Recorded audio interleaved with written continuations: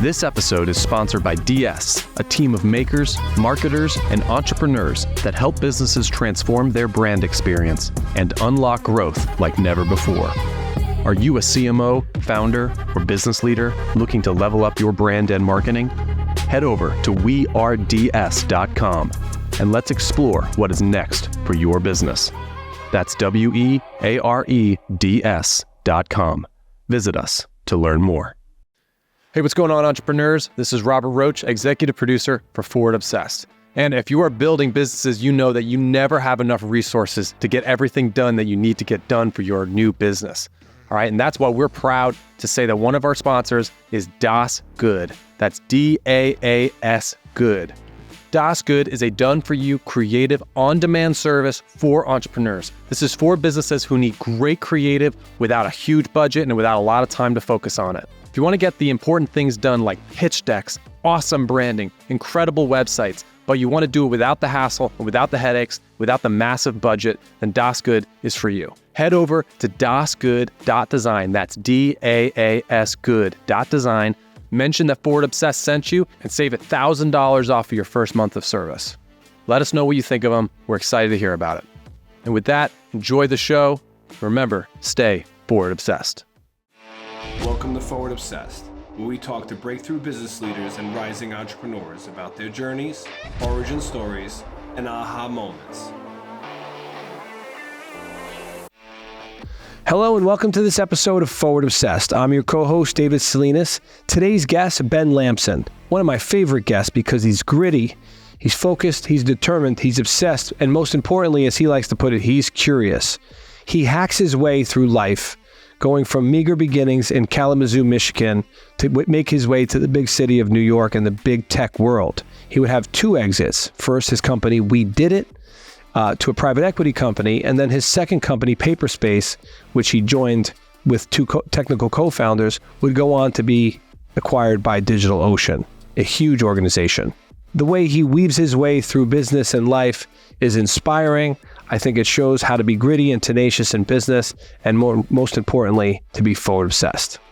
Thank you for watching the show. Make sure you subscribe, smash the like button, and make sure you share this with your friends and your social networks. Thank you for watching. See you next time. Hello and welcome back to this episode of Forward Obsessed. I'm your co-host, David Salinas, joined by Pete Senna. And today we have an incredible guest, originally hailing from Kalamazoo, Michigan. In from New York today. Yes. And it's a pleasure to have you here, Ben Lamson. Yeah, thank you guys so much for having me. Really excited to be here. Great to be here. It's an absolute pleasure to have you. Ben, your story is awesome. It reminded me a lot of myself. Some of the things that you've gone through, minus the wrestling. I did karate, but I see a lot of similarities, and I'm so excited to dive into this. For our audience, what we do in the beginning of our show every single time is we try to find where the kernel comes from, where the entrepreneurial kernel comes from. Yeah. So we like to go as far back as possible, as far back as you can remember any history that you have of entrepreneurship. So you mentioned you were from Michigan, from Kalamazoo, Michigan, which is a real place. It's not just a place that everybody talks about on the movies, as Pete pointed out before we started the show. Tell us about your upbringing. I got a younger brother, two parents. They're both still, in our lives, really, really close family. My parents got divorced when I was about 20 years old or so. But they're actually still like great friends. That's awesome. Like really good friends. And growing up, a couple things, both my parents were entrepreneurs. Mm-hmm. They were working in real estate. Like, basically the story is if they were working in real estate, and my dad started carving birds, carving birds, and he was doing art shows. And he's at an art show one weekend, and a guy comes up to him and says, "Hey, I could show you how to like make molds of these and reproduce these. And you could sell these easier." That was a Saturday, and he quit his job on Monday, and went full time as an artist. Wow. And ultimately grew that to a business that I grew up with my parents always home because they worked from home. he built a studio in the basement of our little, I mean, I don't know now, but my memory served me. It's probably like a 1,600, 1,700 square foot home, just a really small little 3-bedroom, I think 1 bath and, or 1.5 bath. And he built a studio in the basement where he actually had employees come in and work in that basement. And ultimately, that business, did better and better, and we bought a larger house, and he turned a pole barn into a studio, and grew to about, I think he probably had about 14 or 15 employees. Wow. At one time. Yeah. Coming in, and basically a little assembly line. Just birds. Yep. Just birds. Yeah. He was licensed by, I think still to this day, maybe one of the only people to ever be licensed by the National Audubon Society. Wow. Very cool. And that grew that company and ultimately sold that company. But there was a time in the middle there when he was first starting out where it was like really rough. And I think, you guys, I've watched enough episodes to know that the things you're looking for here is like what inspired you and then what drives you. And for me, it's both my parents took that plunge. So that's kind of all I ever knew. And then the other piece was I can like vividly remember. And the one memory I have stuck in my head is my parents trying to hide from me in the basement because they're like both having an adult conversation and ultimately crying about where's the money going to come from for the mortgage. Wow. This month. That's a deep moment. And I remember walking up to my bedroom on the second story, walking back down in the basement, like giving them my piggy bank and saying, I'll help. How old are you?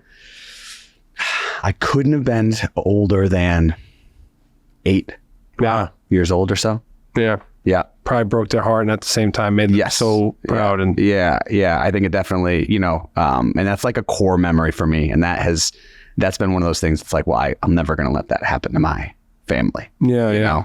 But I think just seeing them just like take the plunge, and it's all they'd ever known. And then even after my parents got divorced, my mom said, I'm just going to start a furniture store, and opened a furniture store and had a ton of success, and then opened an estate sale business and had a ton of success. And, but neither of them went to college. My dad barely graduated high school, as he'll tell you. Yeah. They say the best entrepreneurs are either like terrible college students or they never went to college, right? Yeah. The student thing that came up. Yeah. But yeah, that's kind of like the earliest memory of entrepreneurialism is seeing them just like that's all they've ever known. What do you think it was about that moment for you? Because for me, we've talked to people and some of them would say that like that scared me away. For like I never wanted to be in that position, so I'm going to take the corporate safe route. Like, yeah, I think the freedom of it, the fact that like he made his own hours, he worked when he wanted to work, both of them. They didn't answer to anybody. I've never done really well, though I haven't had a ton of bosses. When I have had bosses in my life, I've never done really well. Maybe it's a lack of control. Mm-hmm. Because they were able to steer their own ship, right? They made the decisions. Yeah. They weren't answering to executives that were further removed from the business or whatnot. And I think that was always appealing to me. It's just like controlling your own destiny. Yeah.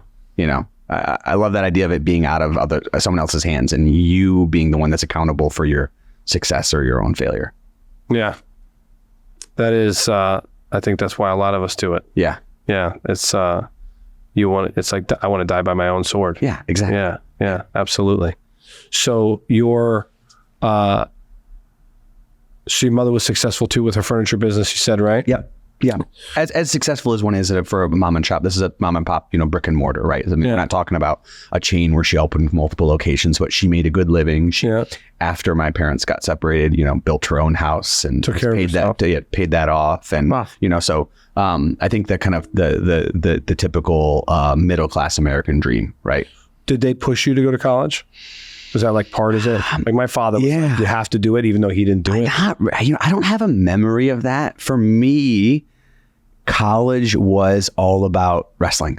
Yeah. I just wanted to wrestle in college. That's all I wanted to do. I wanted to be a D1 wrestler. And I knew I wanted to go to a good school because I had aspirations around like my career, because entrepreneurialism I fell into in my early 20s, but as an 18-year-old, I didn't know that's what I was going to do. I thought I was like, I'm going to be a corporate lawyer, I'm going to be a politician. I had all these different ideas for myself. And I knew I should go to a good school that will help that path. But really, the school was chosen by where can I go wrestle? Got it. One wrestler. I want to ask you a question about, so Kalamazoo, right? Yeah.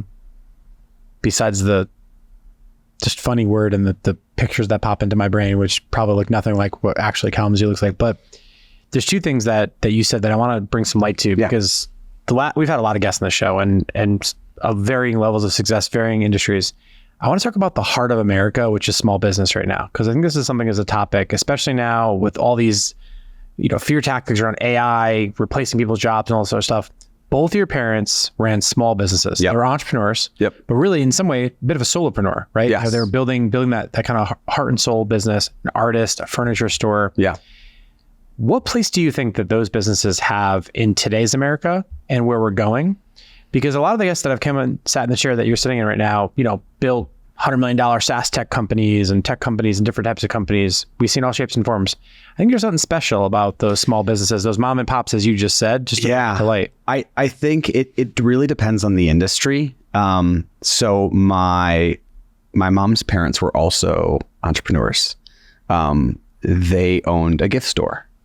Now I bring this up because they were pillars in their community of Battle Creek, Michigan, Cereal City, home of Kellogg, 30 minutes away from Kalamazoo. I think we've all seen those caricature maps of a town, and they have, here's Kellogg, and there's little, drawings of their faces are on one of those maps of Battle Creek because they owned an iconic gift store. We actually knew one of the guys that drew those. Okay. So you know exactly what I'm talking about. Yeah. World Atlas. Oh, yeah. And I bring this up because those gift stores don't exist in small America anymore. They exist in tourist towns. Yep. Yeah. They exist in the Asheville's and the Myrtle Beaches and the New York cities, right? Yeah. But they don't exist in Battle Creek, Michigan, because everyone just buys their stuff online. It's a Hallmark store or a little pop up, or you're just getting it, or or Amazon Prime, like me and my wife. I mean, it's like 3 cardboard boxes a day coming from Mr. Bezos, right? True. So I bring that up because I think it really depends on the path you want to take as a small business owner. There are certain paths anymore that just aren't viable. It's just not super viable to open an electronics store. It was 35, 40 years ago. He's Radio Shack. I was just thinking that. Yeah. Hang out there like every day. Yeah. So now it's just Best Buy and Amazon, and Best Buy is a showroom probably. Didn't Best Buy go on there?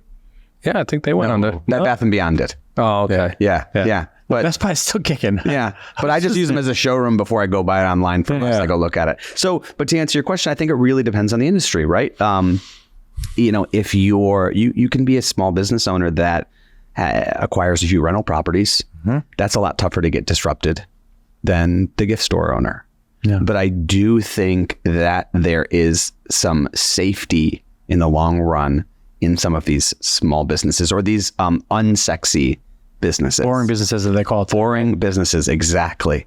I think there's some safety in those. Yeah. Are going to be less, not only are they less likely to be disrupted by AI, I think for the up and coming generation that can leverage AI, there's an opportunity to acquire those businesses and make them more efficient than they have been historically. Yeah. The PE strategy for the HVAC, plumber, electricians, alarm companies is afoot right now. Bundle. I honestly think that strategy is cooked because everybody has a $25 million fund buying these companies and rolling them up right now.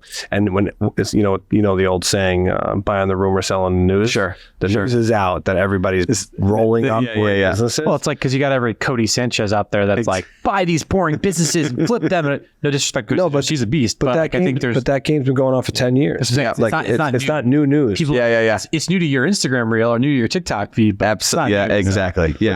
But I agree. There are boring businesses that are I think are safe. Yeah. And you can make a lot of money. Yeah. I don't know if I'm just getting old and nostalgic now, but I just feel like there's just something nice. I think we're filming in New Haven, Connecticut, for the audience that doesn't know yet, wherever you're tuning in from.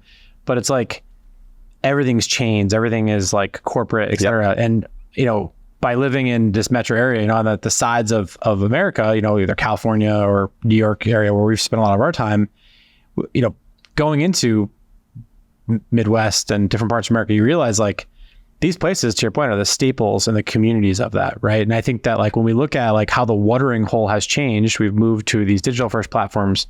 I think there's something powerful now about these little small shopkeepers and the impact that they have and the ripple effect that they have on entrepreneurship. So yeah, thanks for taking a couple minutes just to kind of take us down that path, because I think it's something I've been getting pretty passionate about, where there's no loyalty anymore with, I'm on this tool today or that tool tomorrow or this platform today or tomorrow, but there is a lot of loyalty to some of these small businesses, these small dry cleaners where, everybody knows your name when you walk in, that sort of thing. And I think that as we move to a sort of post-COVID world and, post-whatever world, providing we don't blow ourselves up with nuclear war, which is what all the news is saying this week. I think that there's some power there. So speaking of power, what are some of the most powerful people I've ever met are wrestlers. So how the hell did you get into wrestling of all the things you can do? Yeah. And what was it that brought you that passion? Great. I think it's a fun story too. My dad was a basketball player, very passionate about basketball. I went to a very diverse school, and I tried out for the basketball team in middle school, and I come home after the first day of tryouts, and my dad's like, there's not a high demand for like short white guys to play basketball, especially in this school district. Like he's trying to as softly tell me like, you got no shot. You got to be white chocolate. Yeah, and I wasn't, because I didn't have a passion for the sport. I was just like, I will go. Dad did it. I'll do it. Yeah, it's another sport to do, because I played baseball and just another season. And he's not 6'5". You can't see him sitting down. Yes, no, exactly. 5'6". And we had a peer of mine, this girl I went to grade school with and middle school with. We'd known each other forever. She had an older brother, and he wrestled. And her parents were like, "Hey, Ben should check out wrestling." My dad was like, "Hey, do you want to check out wrestling?" And all I knew of wrestling, to date myself, was AC Slater. That's all I knew. But I was like, I'll give this a try. And immediately fell in love. And I think, I'm very lucky. I have the most supportive and best parents in the world. But one thing my dad will tell you, that kind of one of the mistakes he made, is he pushed us really, really hard, especially in baseball. I mean, with every camp, every private coach, anything we could afford, to do.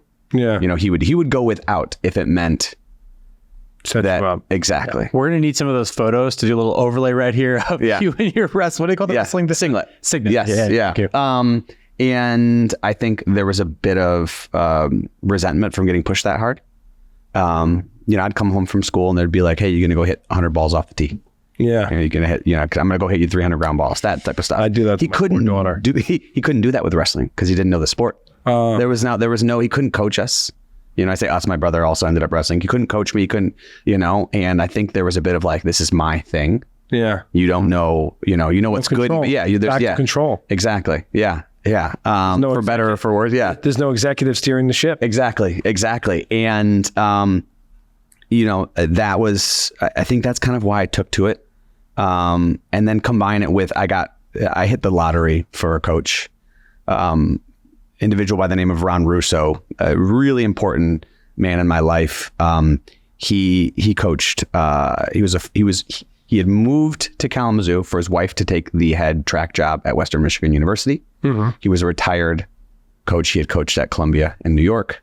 He had coached 2 world teams. He's literally in 3 different Hall of Fames. Someone heard he was in town and was like, "Hey, come coach the local high school program." Wow. So he's literally legend. Is and was a legend and a world-class coach. It's awesome. And also a smaller weight, where, similar size. I mean, the guy's 5'4" from Long Island, just tough as nails, Coke bottle glasses, benches like 225, just an absolute, brick shit house. And I really took to him as my coach. I responded well to his kind of Bobby Knight style of coaching. Very intense, a lot of rough language, throw a chair against the wall type stuff. Love it.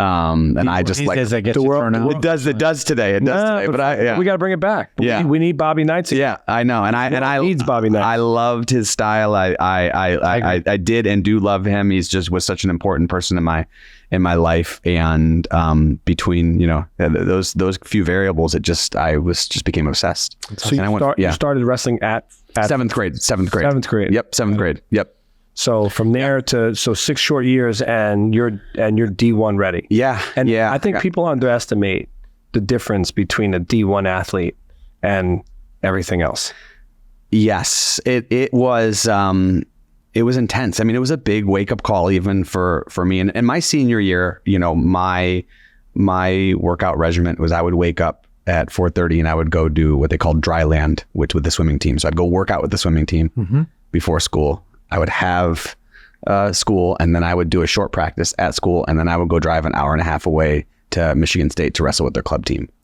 Wow. And I was doing that. I was doing that in the fall. That was my senior year. And that was, so I even with all of that going and then training, D1 was just like a huge wake up call. And I was a supremely average D1 wrestler. I was nothing special, but reps get results. And I think that's a little bit of a foreshadowing element to where you're going to go in your career, business development, growth, and sales is like reps get results. Yes. You will put in the reps and you're getting it done. Yeah. I wouldn't say that I was ever the best athlete by far, but I will say between my junior year and graduating high school, I can say with confidence as I sit here right now, no one in the state of Michigan at any weight class worked harder than I did.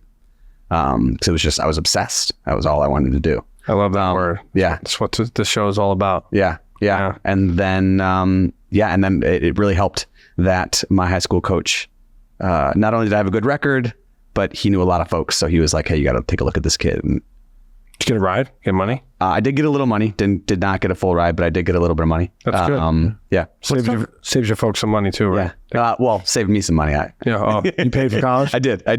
Same. I told you. A lot in common for sure. I definitely saw that in the notes. Let's talk mental models for a second. So just from your philosophy and perspective, what's the difference between a good wrestler and a great wrestler? And I'm going to ask that same exact question in terms of sales later. So just get ready for it. Just grit, determination, willpower. So next March, watch the national championships, the finals. They're on a Saturday night every year on ESPN. Watch the interviews for the guys that win. They all sound like robots. And I mean no disrespect. I mean, the difference between a national champion and a Division I wrestler is just, it's not comparable. I mean, these guys are absolute machines, and it's because they are so singularly focused on this thing, and they have worked harder than anybody else. And they've overcome so much adversity to get to where they are. And I think that's the difference between a good wrestler and a great wrestler. Wrestling is this unique sport where you are directly accountable for your wins and your losses. And in let's use baseball as an example, you can pitch a great game, but if the shortstop missed a ball between his legs, you can lose the game. That's on the shortstop. Yeah. Or if your offense didn't do well, no one hit the ball that day, it's on you. That's not the case in wrestling. And in wrestling, you become so vulnerable when you lost. You're talking about being in a singlet in front of a bunch of people getting put on your back, and to be able to go through that and then say, hey, I'm going to get up and do it all again. Mm-hmm. Yeah. I saw a great quote. They said, good people practice until they get it right. Great people practice until they can't get it wrong. Yeah. I love that. And I think that there's a difference and I think that the difference is skill versus discipline, right? Getting up at 4:30 in the morning and, traveling and, going to school, traveling in an hour and a half. That is the level of dedication that I'm like, my daughter's a freshman. She just made varsity tennis. And I'm like, if you want to play this in college and have fun and be on a team, like there's more you have to do than just go to the school and do these things. You have to get the PT. You got to put in, to your point, 100 swings. If you want to make it even D2, like D3, like you have to put the time in, because the acceptance rate for those schools to get in on those teams or get any money is literally infinitesimal. So it's about loving the journey. I think especially in, maybe you've heard the term type 1 and type 2 sports. Yes. So wrestling's a type 2 sport, running, type 2 sports, swimming, boxing. And they're not fun. I had this realization once. I was back at AU for my good friend who was getting inducted into the Hall of Fame there. And we're out afterwards having some drinks, and another buddy who wrestled at Cornell, he's, got kids, and I'm like asking him, hey, you're going to have your kids wrestle? He's like, I don't know. I was like, really? I was so surprised. This is before I had kids. This is 6-7 years ago. And he goes, yeah, I don't know, man. I mean, it's like, I mean, think about it. Wrestling's not fun. I was like, what do you mean? He's like, well, on a Friday night, I'd get off the football field and I'd be like, let's do that again. That was so much fun. He goes, how many times did you walk off the wrestling mat and say that was fun? I was like, literally never. Yeah. Because that part's not fun. What you were obsessed with was the journey and the progress. But there wasn't this, oh man, I just wrestled a 7-minute bout. That was a lot of fun. Yeah. And I think that takes a certain type of person. Yeah. I mean, it only gets fun if you layer cake it into the UFC. yeah. Then it becomes fun. I mean, just for me, as I was at internet, I did a lot of martial arts, but I never did like wrestling per se. But what I'm hearing is that you drew two things that I want to point out for the audience here, which is like you said that if you listen to these people, they're like robots and they're like machines. And if you get down to first principles, you look at what makes a good machine. It's the ability to repeatedly deliver a repeated result. How do you do that? You do that through constant repetitions and constant refinement. So what I'm hearing from you is it's really that sort of you versus you, like how can I be 1% better every single day? How can I keep doing it? And I want to draw a parallel to where your career will ultimately go, which is, you're a master at sales, right? I would say like sitting at the table with you right now is one of the best salespeople that I've ever met. And I'll give you an example. It's not me, it's this guy right here, right? But really it's the constant refinement of the pitch, the angle, the value proposition, and just a constant repetition. So you getting up and doing the dry land stuff with the swim team and then driving a couple hours to do that, I feel like it's some of those things, those discipline, those repetitions that made you and him and some of the best, because it's like, you don't do it by showing up once, you do it by just continuously doing it. So have you ever thought about the parallels between like becoming a D1 wrestler and becoming like a top salesperson and how that's... Oh yeah, absolutely. I think, especially in training and wrestling, there's so much failure. And this in sales, it's mostly no's. It's mostly failure, right? You get thrown on your back a lot. And reversals. Yeah, exactly. Yeah. And depending on your go-to-market motion, if you're running a sales-led motion, you're happy with a 25% close rate. So 75% of the time you're losing, right? And so again, it's that perseverance, that ability to say, okay, what can I learn from this? How can I do it better? And constantly trying to just turn the dials, refine things to just get that, like you said, 1% better every day. So I think there's direct correlation between, success or having wrestled and success in business or success in sales. No, you're wrestling bodies or brains, right? But you got to pin people down one way or another, right? Exactly. So in your college career, you took a job in the service industry. Yeah. So that is a theme. That's something that we've learned from other entrepreneurs, that it's almost like a rite of passage, right? Like you met in your sales job somebody that was looking to get sales experience, but you really get sales experience in the service industry. Yeah. So in college, you took a job as a bartender, waiter, all the things. Yep. What did you learn in that business that you think carried with you?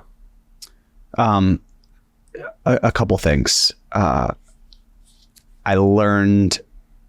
definitely learned how to deal with unhappy customers, because you just get those a lot. That was a definitely an early lesson and a tough lesson, especially as a young person. You can't escape them. It's not like an angry email, right? A customer support call that you're hearing secondhand. It's like that person's right there in front of you and they're unhappy that their meal is late or their drink is wrong or whatnot. The other thing that I really took away from my time there is the owner of that restaurant was in his early 30s. And I think he was so much more relatable than my parents were. And to see him have this success, this was his second restaurant. He opened his third during that time. And I'm going, this guy's like 31, 32 years old.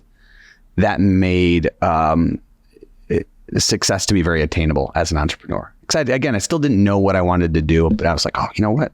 I'm going to open restaurants, So more so than learning sales, it was more of like, this guy's smart. I don't think he's like orders of magnitude smarter than me. And if he can do it, I can do it. Yeah. And it just kind of gave me that confidence to see myself as someone that could attain that level of success. I would call a restaurant a type 2 business. Yeah. It's not fun.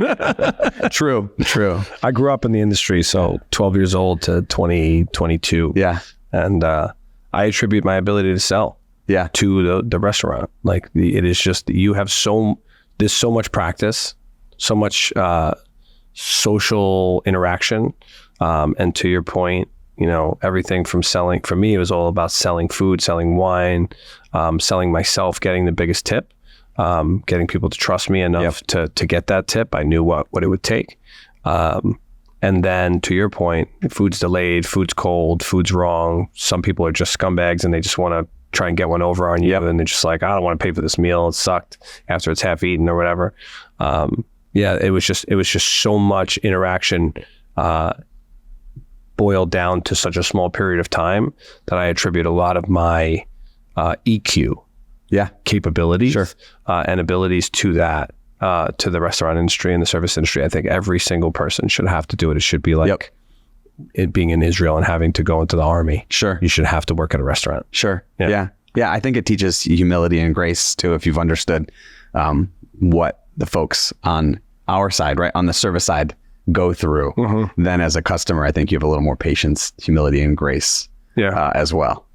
Yeah, it certainly brings up the adversity quotient. I mean, I think one of the things that we talk about a lot that I just think is important is that nowadays, a lot of younger people, when they're met with any kind of adversity or any kind of throw on their back moment, to make a wrestling metaphor, or dealing with a tough customer, first thing that they're going to say is, "Oh, this place is toxic. It's so toxic." And it's like, no, this is just your nervous system telling you that there's a contrast in your life. You need to push through it. Yep. And I think that right now we live in a world, and now that I'm a fairly new dad, my son's 2.5. I'm like, wow, like I've realized like the thing that I used to get so mad about my dad being such a hard ass and so hard on me, I'm like, you know what? I'm really grateful for that now. And there's a balance, right? I might not do it the same way, but I think there's something interesting about that. So I like that idea of like a rite of passage in a customer service role of some sort, realizing how you can turn around someone who's unhappy to happy. And that's before I get into your first job at Meltwater or first kind of big sales gig. Talk to us about just that one thing you said you learned early on, which is how do you turn an unhappy customer into a happy customer? I'd love to get your guys' take on it because both of you have such a wealth of experience. You did the old, I know it's like cliche, but the customer always being right. I think there's a little truth to that in that, how do you show up, help them feel heard about whatever they experienced, right? Validate their experience, right? And, apologize for whatever they're complaining about, whether it's your fault or not, whether they're ridiculous, it's being gentle, understanding, and helping them feel heard, and then going above and beyond to make it right. Yeah. I have a simpler answer than that. It's $1.50 cheesecake. Give him a free piece of cheesecake. I'm so sorry. The dessert's on us. And that was so nice. Good. That's good. It's for them. It's a win. It's dessert. It's so like all the things I love that. It's mean to people. It's usually a $7 to $9 cost to them. It's a $1.50 cost to the restaurant. And it just can change someone's frown. It's turn it upside down. Yeah. All of a sudden you fixed it. So I was always like, yeah, I'm so sorry about that. Don't worry. The cheesecake is delicious. The cheesecake. You'll love the cheesecake. The moral of the story is find your $1.50s in business, wherever they might be. Find your cheesecake. Find your cheesecake. Yeah. I like it. Yeah. You can always change. For the most part, you can always make a customer. I think most customers, you can make them happy. Yeah. Some of them are just absolute miserable. Yes. People, and they don't want to be happy. That's their thing. You know who they are. Yep.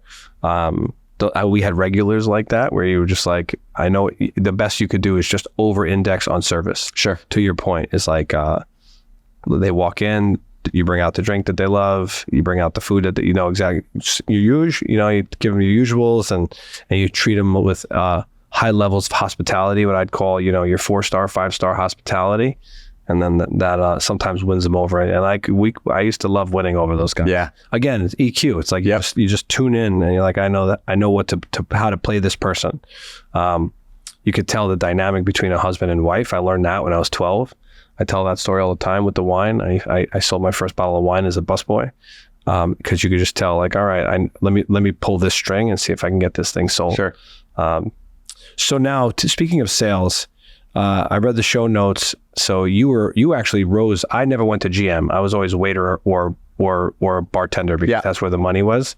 But you rose up to a GM, and then you realized that you had 6-figure debt from college. Yes. Your folks clearly, you shared that you had to pay that off. So you jumped ship. You went into sales at Meltwater Group. Yep. Where you would go on to actually kick ass. However, You were an ass kicking ass. you were not you had bad behavior. You put on a performance improvement. His words, not another, I guess. So I have 2 questions. Yeah. One, what was good about that job? Mm-hmm. Besides you would meet your co-founder. Yep. Why were you bucking, so to speak? Yes. And then the final question is, today, if you had you as an employee, what would you do? Yeah. Okay. So what was good about that job? So that company, especially that era in the company, because the company's been around for a while now. I think when I was there, it was probably in its 7th or 8th year. And we were maybe like 600 employees. They have a few thousand now. And just for the audience, what was Meltwater Group? Yeah. So the Meltwater Group, or just Meltwater at that time, was media monitoring software. So going as far back as For PR. Yeah, exactly. So this used to be the paper clipping industry, right? So they would literally clip out your articles and put it on poster board and mail it to you. And these guys were one of the first to scrape the web and digitize this, Norwegian-based company. In terms of what was good about that company, that era of that company has produced some of the most successful entrepreneurs and salespeople like out there today, right now. It absolutely bred killers.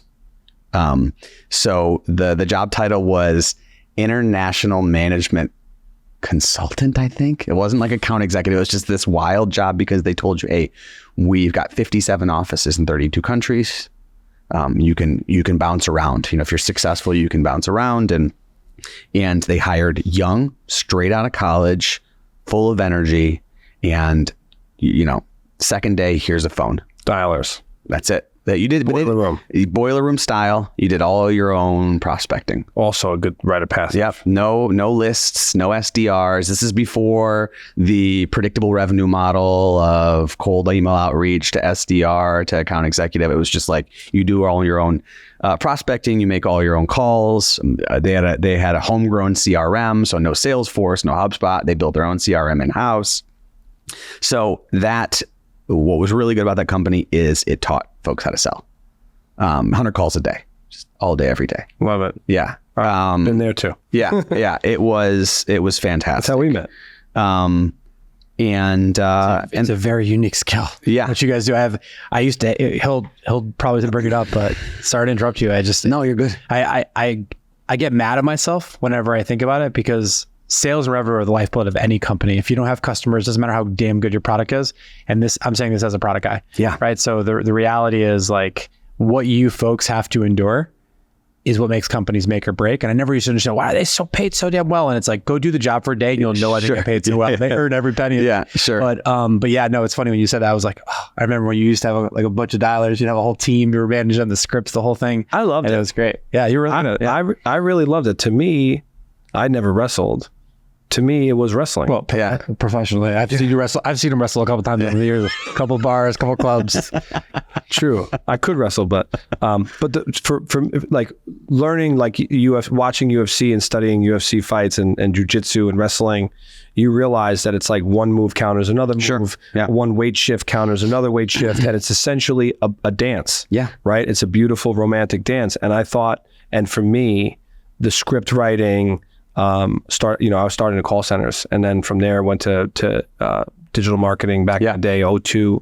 And I loved the phones because like you could be anyone, you could say anything, you could, and it was this beautiful dance of emotion and reversals and all of that stuff. It is a form of wrestling. Yeah, absolutely. So that place was where a lot of folks cut their teeth. Yeah. That was really good about it. You know, what was, with all due respect, what was bad about it is they promoted folks based on their selling ability. I was one of those folks. I was a shit manager when I was 24 years old. I was not a good people manager. Yeah. But I got put into a management position because I sold well, and they did that all the way up. Yeah. So you had people 27 years old running an office of 23-year-olds. But at the same time, it was, a lot of fun, a lot of happy hours. Yeah. It's a party. Yeah, exactly. Yeah, exactly. I mean, it's literally a boiler room. Yes. Like go out after and exactly. Yeah. Single guy. Yep. Yeah. Yeah. It was a blast. And then ultimately, I met my co-founder there. So I have nothing but positive things to say about the experience. So now to the third part of the question. Yeah. Which was, how would you manage? Oh, yes. Thank you. So if you had, because you got put on a PIP for what? Getting drunk on the job? No. Did you wrestle? I was notorious for maybe being a couple minutes late, or maybe saying a smart ass remark to the area director. Again, this was just like the pattern of if I didn't fully buy into your vision or your management style, I just was going to fight against it, and it's, as a lot of good entrepreneurs don't typically work well under management unless it's like side by side. But you were a superstar, so it's almost like it's invincible. Like, what do you get? Exactly. Yeah. I got promoted very quickly. I think I had set a record like for my first 3 months at the job. Same. Twice. And went from Philadelphia to New York. But I will back up. I'll tell you something in hindsight, and I'm going to answer your question about how would I manage me. But first week on the job, the area director, and she's running like half of the country. I think there's like 2 area directors for the whole country. She's visiting our office in Philadelphia, and I'm a new hire. So she's like, "Oh, let's walk and get a coffee." I maybe on my 5th day, and I go, Angela was her name. I said, "Angela, I got a question. How do I get your job?" In hindsight, it's a really ballsy, ridiculous thing for a guy who's never had a sales job in his life, and I'm 22 years old. I love that question though. I want that for my employees. Yeah. I do think that's one of the reasons I've been successful is because I've always kind of seen those things for myself. But how would I manage that today? I'd be excited. I'd probably be a little taken back. I bet she was probably a little taken back. I was, especially at that age, I think I had some chaotic energy to me. I recently interviewed a young man that reminded me a lot of myself. Yeah. And you passed on him. I passed on him. Yep. Why? Because you thought he'd be disruptive? Well, rock stars fuck up cultures. Exactly. I thought he'd be disruptive. And I even said to him, I wrote a note down on a piece of paper. I go, this kid wants to be an entrepreneur, in the middle of the interview. And then I said, what's your vision? What do you want to do 3, 4, 5 years from now? He's like, ultimately, I want to start my own company. And I picked up the paper and I was like, cool. I knew that. I was like, I could tell right away. But I also knew what that meant for bringing him on right now. And I'm like, you should go do that. Yep. What I say to people all the time, and I wish I learned this sooner, I would rather B players with A attitudes than A players with B attitudes. Yeah. Because it just fucks stuff up. Yep. The best people we've ever hired, the most skilled people we've ever hired have been rockstar assholes, and they fuck up cultures. Yep. And then some of the best people we've ever hired have had incredible attitudes and incredible acumen, but they weren't the most skilled players. You can teach skills, you can learn skills, you can't teach attitude. And I think there's a fine line in that, right? You can rock the boat if it's pushing things in the right direction. If you're just demanding of your peers. Well, though, right? Exactly. Yeah. And this is someone I was like, he's not gonna, he admitted he got put on a pip on his previous job for not keeping the CRM up to date, not taking notes, and I'm like, oh my God, that's me. I hated the CRM. All I wanted to do was just talk to customers, or prospects. Don't make fucking notes in the CRM. And now he's the king of CRM now. But for the first 5 years of work, he's like, that's because I'm old and my memory's not as good. Exactly. I was nasty though. I can remember every detail of every prospect without a CRM. I was the same way. I was the same way. It's like, well, we can't read your mind. Yeah, he's like, how much are you going to close? 75,000. Yeah. Come in right at the 75,000 mark. How did Angela answer you? Do you remember what she said to you on that coffee walk? I honestly, I don't remember. I wasn't even super crazy about that job. It was just like I was in a new city. I moved to Philadelphia for it. And I just knew I wanted big things for my life. I always knew I wanted big things. Yeah. I didn't know what that was going to be. But I don't remember exactly how she answered, but I do, like, I can picture us on that walk getting a coffee, and then I kind of cringe thinking like the gull. You're like, wow, such a douche. Yeah, exactly. Exactly. No, I love it because I think that the world is missing those people that can. I always used to talk to him about it, and I was like, the problem is nobody wants to ask the right questions, right? And because they're scared. Yeah. Right. No one would say that. 99 out of 120 somethings would not say that to Angela. But the one person that would say it might actually get to Angela's position significantly faster than the other 99 because they asked it. My daughter said to me the other day, she's upset. She made varsity, but she twisted her ankle in January. So they're being cautious about her where they place her. So they put her low on the lineup, and she's winning. And she's like, but I'm better than this, and I'm better than that, and I want to be in the number 2 spot, and I want to play singles. And I said, did you ask your coach? And she said, yeah. I asked her, when am I going to get in there? I said, wrong question. She said, why am I not in? I said, wrong question. And she said, what's the question? What do I have to do to get back to that spot? Right? It's knowing the question. Mm-hmm. That is the biggest thing when it comes to sales. Everybody thinks that sales is about the answers. It's about the question. It's about 100%. When I was early on in my sales career, I had a family friend who is a legend at JB Hunt, the shipping company. Yeah. Mm-hmm. One of the most successful salespeople they've ever had. They had to rechange the comp plan for this man. At least that's the rumors I heard, because he made so much money. And he says to me, Ben, the best salespeople ask the hard questions softly. Yeah. And that has stuck with me for my entire life. And I think that's just in life in general, right? Yeah. So I think back to like the way I asked, Angela this question. It could have come off really poorly. It's like, hey, I want your job, but it's like, it's all about how you position it and how you ask the question. Well, it's not what, it's how you say it, right? Exactly. Remember his dad used to say a lot, because I was always afraid to ask for budget, right? Which is like an important question. And he would always ask what I thought were a lot of brazen questions. I remember you sat down one time, we were having drinks, and you're like, my dad always told me from the time I was a kid, he's like, what's the worst they're going to do? Slap you in the face?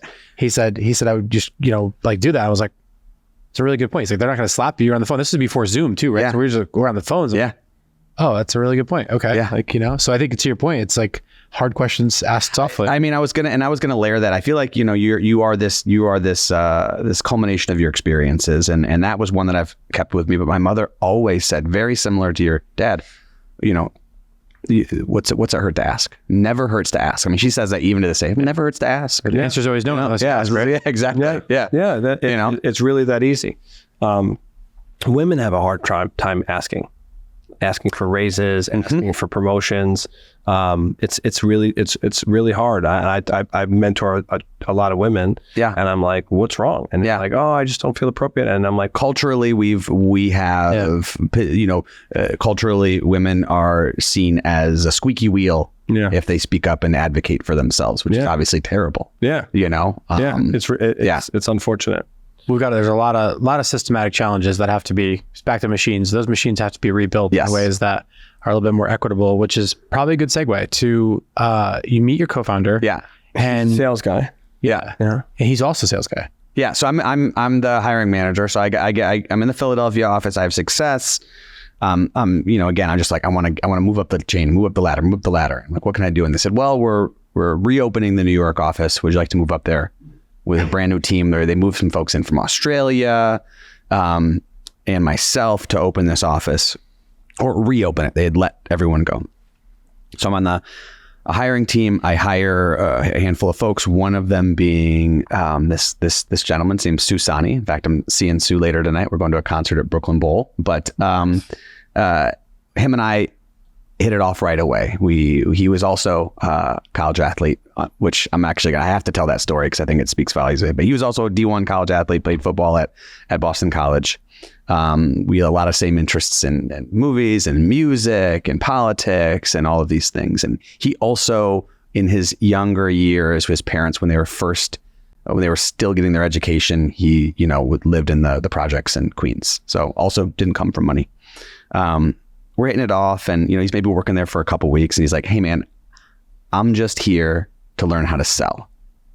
I want to build a tech company. I want to launch a startup, and I think a good CEO should know how to sell. And this time he already was running a recording studio in Harlem that he started with a couple friends. Small recording studio out of an apartment that they bought or they rented an adjoining apartment that came up next to theirs. So they turned it completely into a recording studio. And then he lived with a couple of roommates. Sounds like your partner would get along well with him. He had a recording studio when I first met him. I went from Queens. Nice. Yeah, he's from Queens. Yeah.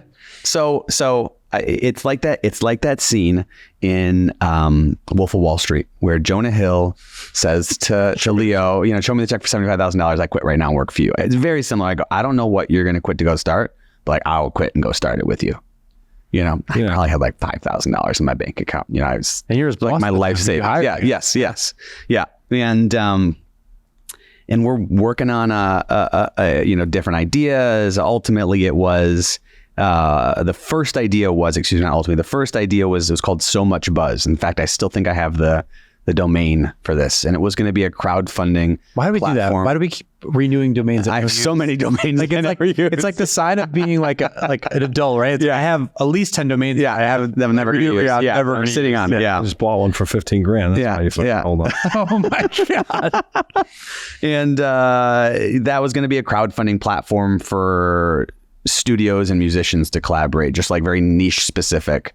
But ultimately this morphed into crowdfunding for nonprofits. But I do have to tell a story about Sue because I think, it speaks volumes to him. Sue, was a part of the Boys Club of New York. They got an after school program to keep you off the streets. It's like a boys and girls club, but just for boys. And if you wanted to play basketball through their rec league, you had to do tutoring. So he's doing tutoring, and they're like, hey, you should take this entrance exam for these boarding schools. He's like, sure. All he wanted to do is he wanted to play basketball. So I was like, whatever I got to do to play basketball. He takes this exam, gets a full ride scholarship to the Kate School in Santa Barbara. Wow. So goes to boarding school in Santa Barbara. No football team.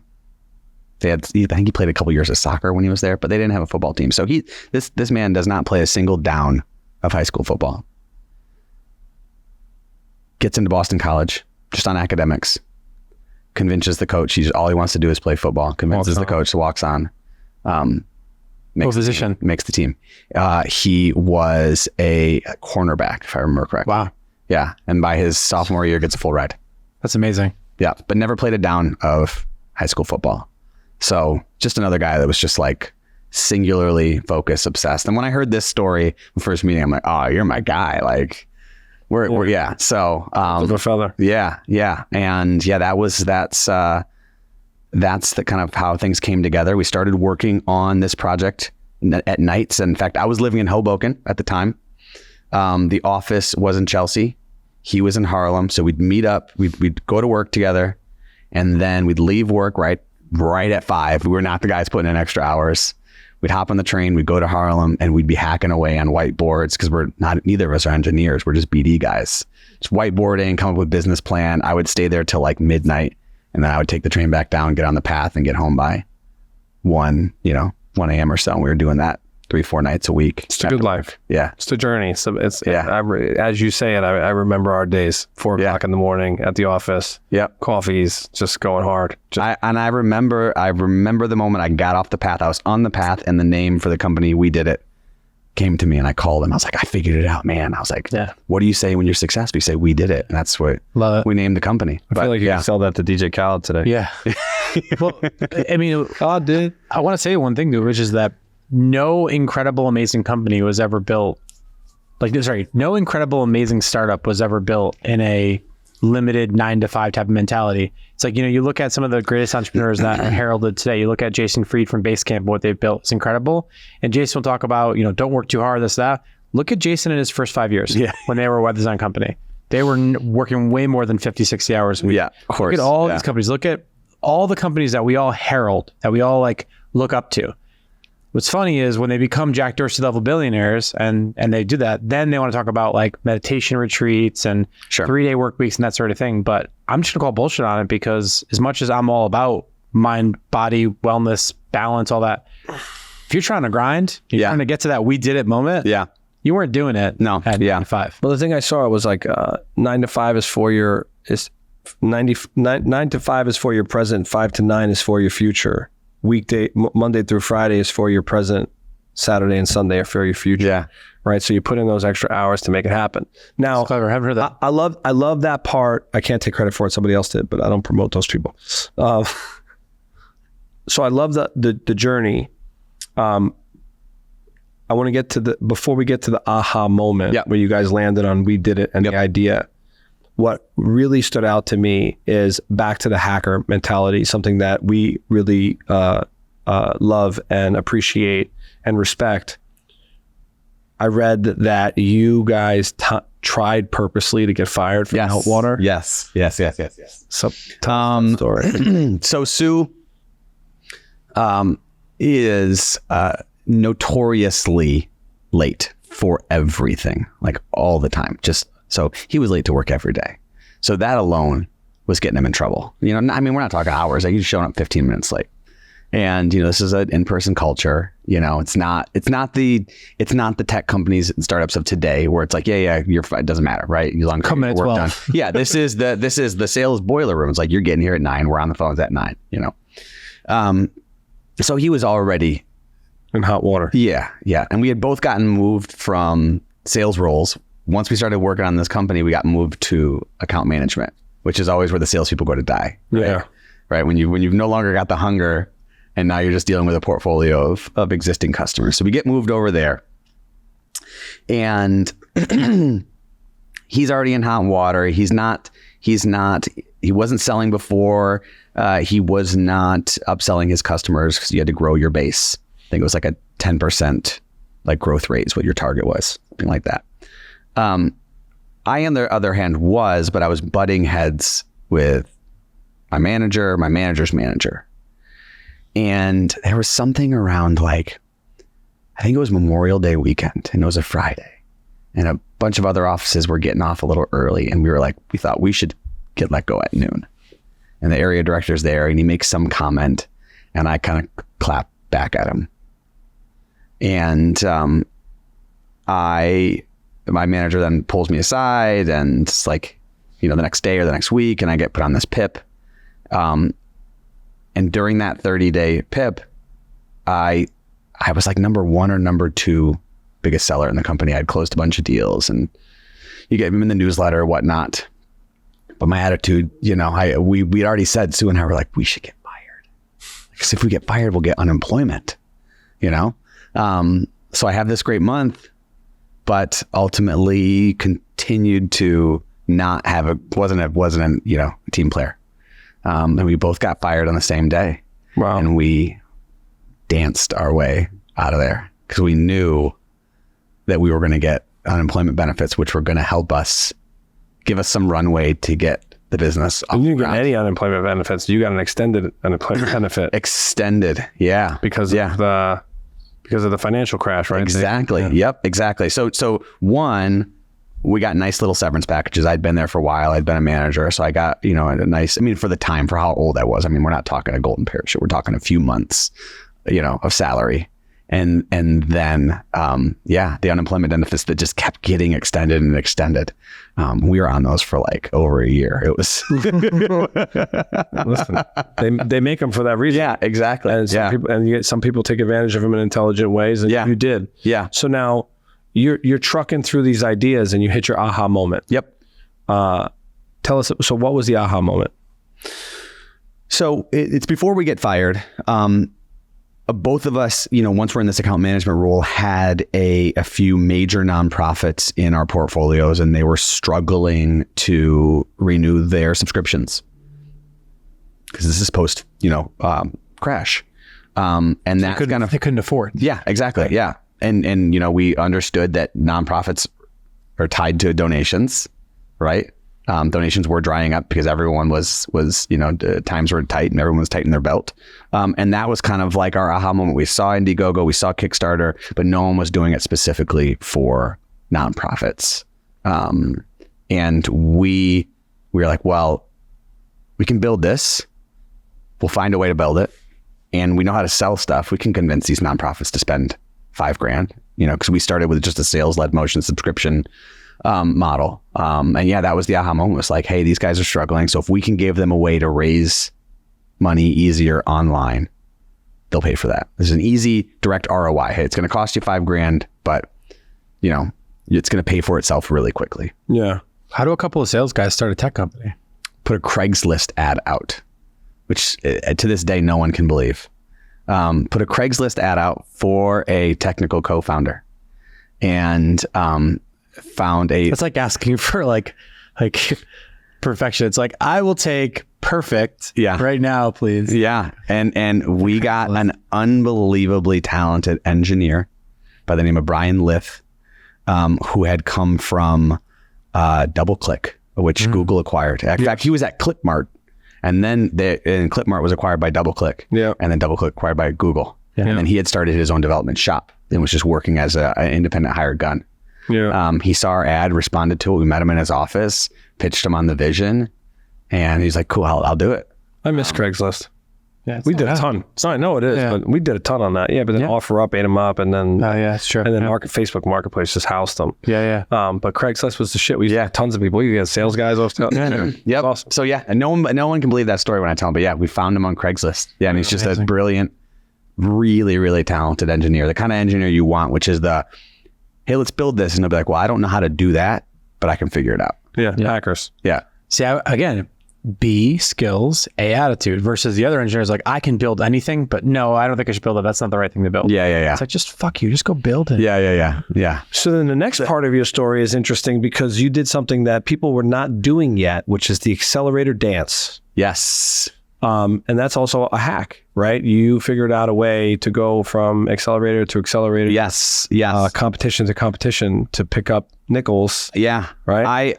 Or dollars. I don't know if this is in your notes if you're going to ask about this, but I'm just going to go ahead and talk about it. Before the accelerator dance, there was the real dark ages of survival. And ramen we noodles. did not only ramen noodles. I mean, we did some wild stuff. The most notable were you remember the show Minute to Win It? It was on Fox. It was a game show where they had really weird tasks, and you had 1 minute to do the task. Okay. It's just nationally syndicated, on Fox primetime game show. Yeah, we don't watch a ton of TV. Definitely not during this era. Yeah, and we definitely don't watch Fox here in Connecticut. So.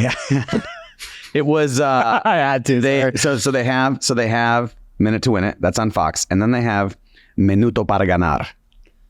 The same Spanish version on Fox Mundo. And there's a Craigslist ad. A little bit. Yeah. It's great pronunciation. Thank you. And they were looking for audience members, and they were offering $400 to sit in the audience. We're like, just a body. Yeah, just a body. So that's like one of the odd jobs we did just to get money to buy food, Yeah. Found a guy, this is like unethical, but we found a guy who was like, write me a 5-star review on Yelp as a handyman, and I'll send you a $20 bill. And we're like, what's the worst that's going to happen? I'll write the review. If he doesn't send me the money, and sure enough, sends the money. And then one of my other favorite stories is we used to go to this bar in Brooklyn called Union Pool. like notorious little like grimy hipster spot with young kids. Yeah. Cheap PBRs there. Exactly. Cheap PBRs. But we couldn't afford to go out. We didn't have the money. So we would go to this bodega around the corner and we would buy Tecates. And we would put them in our jackets. And then we would go into the bar and then drink them there because they served Tecate there. And I remember this one instance of like trying to hit on a girl. I'm like, oh, let me buy you a drink. You pull Tecate out of your pocket. And I walk up to the bar, but I just pull Tecate out of my jacket and then I come back and give it to her. And she's like, this is warm. Because I'd been in my pocket. And I'm like, oh yeah, it is. And then I go back and complain to the bartender. And I don't remember if it was Tecate or PBR, but whatever it was that day, I tried to swap it out. And they're like, we don't serve that here. Where'd you get that from? And that's what I was like, and then we had to book it out of there. But that was like a regular one for us is me and Sue and one other guy that was kind of our first team member would go buy a 6-pack. We'd each go in with 2 beers. Yeah. You got to do it. Drink them and then we'd leave and go get more and come back in. And that was like the way we would from Costco, go to a trade show, display at the trade show with the work, and then the next day return the TV. We did that one. Because we couldn't afford it. Yeah. That was a good one. It was because the alternative was you're going to pay the union, about the same price just to rent it for the trade show. Yeah. We did that exact same thing. Yeah. We used to do it. And then once Costco caught on, we moved to BJ's. So that was the first hacking, was just some ridiculous stuff to extend the runway. Yeah. Did you raise money? We did. But the order of operations for us was, first thing we did was, Sue is unbelievable at this, even with his current company. He's out there finding government grants and things like that. He found a business plan competition from bplans.com. They sold software to build business plans, like business plan template. Yeah, I remember that. So yeah, and we entered a competition and we won it. I think we won $25,000. That's awesome. So that was our first money. Then from there, we entered what used to be called Miller Coors Urban Entrepreneur Series. And it was a startup competition that was geared towards minority co-founders. Entered that, won that for, I think, $50,000. Wow. True money. Yeah. Yep. And then from there, one of the judges in that program wrote us a check for $50,000 outside of us winning. Got it. He didn't even wait for a term sheet. He literally handed us a check. He was like, we'll work it out. We'll figure out the terms. I like you guys. Yeah. So he was like, here's $50,000 and just wrote it to the company. I don't even know if we had filed it in Delaware yet or not. I don't know where we were in court. But I remember getting this check and being like, oh, all right. From that, we entered DreamIt Ventures. That was $150,000. Yeah. And then 500 startups. And along the way, like DreamIt Ventures, we got Comcast Ventures on our cap table. Mm-hmm. And then a couple good angels. Comcast Ventures was out of Pennsylvania, out of Philly, no? Yes. Yeah. William Crowder at the time was the lead partner. Yeah. There. Yes. Yeah. So you just jumped and just grinded away to how much did you raise in total? Oh God. That's a good question. There was one more. Then we did the 43 North, which is the big Rebuild Buffalo initiative that the state of New York put together, where they invested a bunch of money in Buffalo and they built a fund and they said, hey, we'll invest if you move up to $1 million if you move there. Yeah. Yes, you guys were scrapping. So we moved there. So I was flying back and forth. I would do 2 weeks in Buffalo because I couldn't live in Buffalo full time. No, so cold. So 2 weeks in Buffalo, 2 weeks in Brooklyn, and I would just hit that JetBlue flight back and forth. So I think in total we raised like $3.5 million or something. Wow. Yeah. Awesome. Yeah. Not a ton. Yeah. We just grinded. It's a lot. It is a lot. Yeah. In today's world, I know people that are struggling to raise $500,000. Yeah. To do $3.5 million, the way that you did it in such a, I think that you just taught a masterclass in hacking your fundraise. Yep. That I think is special. I too love the government grants. I've done a bunch. I always tell people, I just said the other day, I'm like a truffle pig for tax credits and grants and stuff. Like it's a skill, but there's money out there. And the accelerator dance or the competition dance is something that you can still do today and pick up checks. Yep. And just be scrappy. Like you don't have to. Everybody just sort of tries to raise money and then they get they realize they hit a wall and they give up. Yeah. And there's no need for that because there's other ways to do it. And again, back to his point, a mindset. It's like, it is a difference, right? Like I just finished a fundraise, like close to 4 million, and it was tough. It was tough, especially right now in this market. It is really, really tough. And the small team around me was sort of just giving up. And they were like, it's just not going to happen, blah, blah, blah. And eventually they get to you, because eventually if you're around it constantly, totally, you're like, start to second guess yourself. Maybe I should throw in the towel. You start giving yourself some deadlines. And then all of a sudden I unlocked it and everybody's mindset changed and they realize, and that's always been my thing is mindset. Like I will win. I will get it done. I will, at all means, we will figure this out. You got that mindset. That's awesome. So you guys, again, the one thing, as I was going through the notes, I just wrote hacker. Like, it's just incredible. And then you would eventually, within about 8 years, take it to an exit. Yep. Yeah. What was that like? Nerve-wracking. We get this offer. We had about 3, there was a lot of consolidation happening in the nonprofit tech space, which was cool. Started seeing some acquisitions, and then, we get a few people circling us. We had found a little niche within a particular corner of the nonprofit sector, and built up, about 2,000 customers. That attracted a few folks, but ultimately, a private equity firm out of Boston, 424 Capital, that was doing a PE roll-up. Mm-hmm. But the process was really stressful. We weren't absolutely like killing it financially. Like, the businesses were surviving, we're paying our employees, but us as founders weren't taking home a ton of money. And it's been a grind, we're just going, we gotta have some type of win here, because it's just been so hard for so long. And all my friends are putting money in their 401ks, they're matching 401ks, and we're just grinding it out. And so you really want this deal to go through, and 3-4 times through that acquisition process, you have that moment where you're going, it's all falling apart. It's not going to happen. How long? It was quick. It was quick, a 3-month process. Oh, that's pretty fast. Yeah. Because we just didn't have a lot of assets. It wasn't a massive acquisition. Right? Got it. And it was stressful, but ultimately really believed in the CEO that they had put in place as a part of this roll up. Yeah. Knew I wanted to work with him. Still to this day, I consider him a massive impact in my career, my life, and I'll give him a call if I need some advice on something. What was it about his leadership that earned him those words you just shared? Yeah. He had a couple things that he dropped on me. One, I was notorious for being a bit of a hothead earlier in my career. I'd let my emotions get the best of me, especially when it's your baby, you've built it, you're up all night, blood, sweat, and tears. And he would tell me, Ben, you can't get mad, can't get upset. It's just business. He really helped me put the emotion out of it. Right.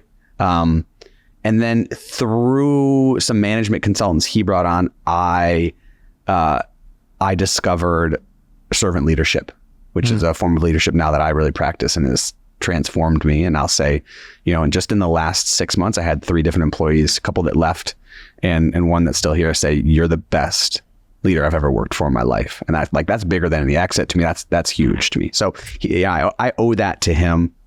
He taught me around, tell him what you're going to tell him, tell it to him, and then tell him what you told him. And then when you get people parroting the things you're saying, that's when you've won. But he was just very methodical. He didn't get rattled, and I really respected that. And I have this thing, I think he's just an absolutely fantastic leader. Yeah. And that business has gone on to continue to do very well. They're like 300 employees now. When we joined, when they acquired us, it was like 60 folks. Yeah. He still runs it? Yep. Yeah. Very cool. Now I know in the show notes, ultimately you took a full stock deal. Yes. With a job that paid you appropriately. Yes. Yeah. Job paid appropriately. We took signing bonuses too. 401k. Yep. All that. Yep. 401k. Yep. Exactly. But they haven't exited. So you're still holding on to stock? We're still holding on to stock. So there's still some hope. Oh yeah. Yeah. Okay. Yeah. They've continued to go up and to the right. So we always ask the question when the wire hits, what happened? Since your wire hasn't hit, if that company sells, you call me and you come back and we'll talk about that moment, because that is a very critical sort of, Catharsis. Yeah. Yes. Yeah, exactly. For that one. Yeah. That'll be interesting because it's almost like we've put that out of, we've moved so far past that part of our lives. So I say we, myself and my co-founder, I've gone on to help turn around Paperspace, and that wire did hit, and that was a big moment. Nice. So we'll move on to that. Yeah. But yeah, that it'll be really interesting to kind of revisit those emotions when that liquidity event happens. But ultimately they picked you up. Yep. You rolled it. You stayed there for about a year and a half. Yeah. And then ultimately they let us go. Yeah. Yeah. They let us go. We got it was like Thursday, 4:30, 45-minute notice, 20-minute meeting put on the calendar. Me, my two co-founders, the CEO, and then head of HR. And I'm going, oh, I know what this is. Yeah. And say, hey, thanks for your service. We own your company now. We own your team. We own your tech. Good luck. How did you feel? It was tough. Just an ego. It was an ego thing, right? Yeah. I built this. Yeah. It was tough to be let go, and since then I've talked to so many people that have done that exact route, especially the PE route. And they go, oh, that's a badge of honor. That's a rite of passage. Everybody that goes through that gets canned. Yeah. But I didn't know it at the time, For me, it was just like, what do you mean? Like, I'm killing it here. I built this shit. Yeah. I built this shit. Exactly. So it was tough. And then I think what was really hard for me is there was, I kind of found, I spotted the next gig, which I'm sure we'll talk about pretty quickly, but the onboard ramp to get there wasn't quick. They needed like a month before they were ready for me. They were closing a funding round, and I was a lost little puppy dog for that month. Yeah. So didn't have a kid yet. My wife's working. I'm like, what do I do? I'm so used to, my work has defined me. Yeah. That was Your identity is that, right? Yeah. It was a very strange time. Yeah. I don't think my wife wants to see me go through that ever again. I think I'll work forever. Yeah. I had a really good friend of mine who hit me with some really good advice the other day. Shout out Janice. She said, your ego is not your amigo. I just love those little sayings. Yeah. There's certain people in your life that will drop these, like the guy that ran the business for you. And we've had a bunch of people in our life, and I know Pete's had a bunch of people individually, same as mine. And it just stuck with me. I was like, yeah. It's catchy. Totally. That's our t-shirt moment. We have a t-shirt moment every day. Well, yeah, exactly. It's a good t-shirt moment for sure. Yeah. If you're a t-shirt designer listening to this show, hit us up because we would love to work with you. Yeah. And the merch store is coming out soon. Yeah, we got like a dozen t-shirts. I love that. Your ego is not your amigo. Yeah. I love that. It's great because it gets you in trouble. Yeah. I love having an ego. I think winners have egos. It's fine. But you have to be able to detach from that because it can get in your way. It can blind you. Yeah. So that's great. So now you leave, you're out of work for about a month. It's a pretty cerebral time for you because you get into your feelings. And then you join Paperspace. What is Paperspace for the audience? So Paperspace is a GPU cloud and software stack for machine learning and artificial intelligence developers. Yeah. So just for the audience, you started there in 2016. So for everybody that's bumping ChatGPT and OpenAI and all that talk now, GPUs back then was basically the things that gamers used to play with. So clearly there was an early start there, the edge. So you joined Paperspace. So I joined Paperspace. So I met those guys right before they went through Y Combinator. We were in the same co-working space. WeDidIt had raised a little bit of money, not enough yet. We were paying ourselves, barely able to pay rent and eat. And I didn't have a big enough workload where I could say I could turn down a consulting opportunity. These guys said, hey, we hear you on the phone every day, teach us how to sell. So I was working like 10 hours a week for them. I helped them set up their first CRM. I taught them, I locked them in a conference room and I said, pick up the phone. I made them make cold calls. And that's how we knew each other. And I had some success there and helped them win a couple big customers. Then WeDidIt started to take off and I focused 100% on that. I had stayed in touch with the founders. They had reached out.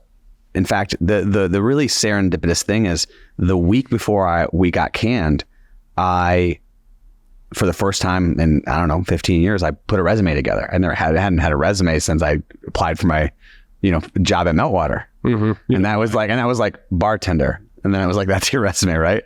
Bartender, college wrestler. And I started putting this resume together because I just felt like I got to go do something new. And then I get canned. And then these guys reach out a few days later and say, hey, we just let go of our VP of sales. Come help us rebuild the go-to-market side of this business. Like, I'll be there tomorrow. Yeah. So one of our very early mentors in our career, this guy by the name of Tony Lee, I brought him up on the show half a dozen times. He said to us, everybody knows when they're about to get fired. In hindsight, did you feel it coming? I don't think I did in that one. I don't think I saw that one coming. But if your attitude, so for me, I would say that if your attitude was, I need to get a resume because I got to get out of here. Yeah. Maybe subconsciously. Then that energy had to be out there. Yeah. So, because it's always, I mean, of course, the one guy he was talking about, by the way, we fired him and he called up Tony and was like, I can't believe this. Yeah. But for the most part, I mean, I feel like everybody that I know, it's like you're either putting out the energy or it's going to happen. I don't know. And I think there's definitely some truth to that. Sue had one foot out the door. He was already starting Dollar Ride, which is his current company. Dollar Ride. Yeah. Transportation startup for dollar vans in transportation deserts. I just wasn't super happy with the team and I mean the people were great, but just like the sales process, the motion, the customer base anymore. So there's probably some truth to that where I wasn't giving it 110% maybe. I don't know. Yeah. But I definitely was caught off guard. Yeah. It was an interesting time. But then Dan Coburn, co-founder of Paperspace, reached out a couple of days later and says, you want to jump on board? And those guys built, as a product guy, these guys built an unbelievable product. And if you get a chance to sell a great product, you take that opportunity. Yeah, it's game changing. Yeah. So I said, yeah, I don't know, when do you want to start? They needed a month and I went crazy for a month, but yeah. So now that journey moves pretty quickly. Yeah. You, they were just, when they hired you, they were fresh off a round of funding? Yes. Yeah. So they had raised, I think they just raised a bridge round. So they raised a Series A, raised a bridge. They raised it just on the tech. So revenue had been flat for about 2 years. Got it. They just fired a VP of sales. He took the account executives with him. So there was nothing. No customer success, no account managers. So full rebuild. Full rebuild from the ground up. Which is good. Yeah. Yeah. Yeah. Especially in sales. Yeah, exactly. And I went into it and I'm going, okay, this is I'm going from nonprofit fundraising to machine learning engineers. Yeah. And machine learning engineers and learning about PyTorch versus TensorFlow and distributed training and all of these things. And it was like, I can remember being like a week into the job being like, what the fuck did I do? Like I made a huge mistake, working with the geeks now. Yeah, I just was like, I'm never going to learn. This is all Chinese, Quite literally, you stepped in shit because one of the best things to know right now is Gen AI. And you just know it, you speak it, right? Exactly. And I was, there's so much of success is timing and being lucky and being in the right place at the right time. Yeah. But the way I kind of structured things is I said, hey, I'll take this role because I love you guys. And I think this is an amazing product, but I want to bring my buddy with me. I had read this article from Jason Lemkin. Yeah. Oh, yeah. I just listened to his podcast on Lightning's podcast. He's great. Great. He has an article. Reverse engineers how to build $100 million companies. He's got this article that says you should have a mentor budget for your VPs of sales. And he's advising CEOs, founders to say, hey, have a budget to get a really, good mentor to give to your VP of sales. Yeah. They didn't offer me that, but I said, I'll take the job, but you got to let me bring a mentor with me. So I bring my buddy, AJ Bruno, who to come full circle was my first ever manager at Meltwater. Wow. He had already had a $250 million exit. Brilliant guy. And I said, I'll join, but you got to give him options. And we're going to start, him and I are going to meet weekly, then bi-weekly, then monthly as we ramp up. And he's the one that said, hey, I think there's a product-led growth kind of angle here. Yeah. Because I came in thinking I was going to run my same playbook. I was going to build an SDR team. I was going to account executives, all this, right? And he's kind of pointed me in the direction of PLG. I started to understand it. I had always been product obsessed.